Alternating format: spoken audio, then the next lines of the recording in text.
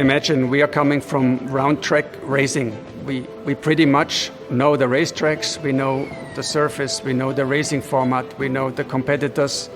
A lot of time is spent in the simulators trying to prepare as good as possible.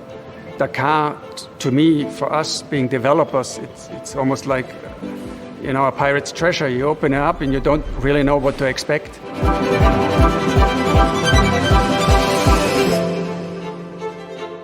Before we even thought about Dakar, we at Audi Sport Racing asked ourselves the question, how could the future powertrain look like? And this is why we came up with what we call the energy converter concept, which is scalable and really adapts to every use case in racing.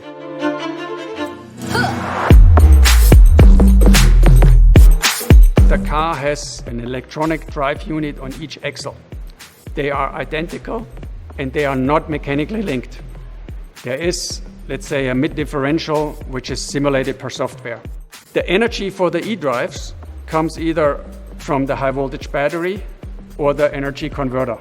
The energy for the battery comes from, brake recuperation or the energy converter.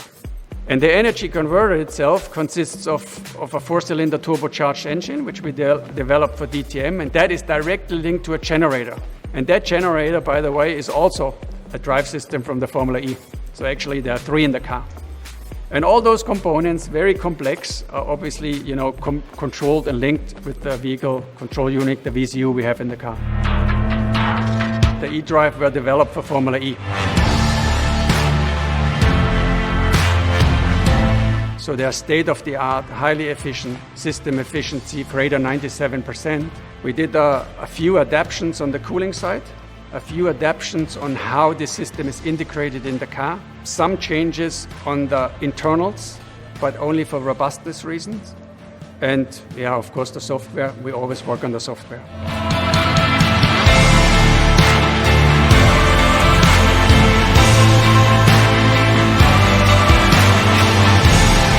Thinking about the car, the jumps, digging into the sand, hitting stuff, stones, holes, etc.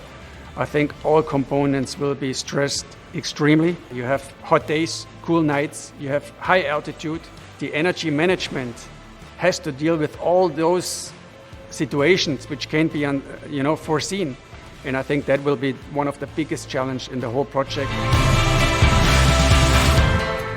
When you look at the car, just by looking at it, you'll see Vorsprung durch Technik.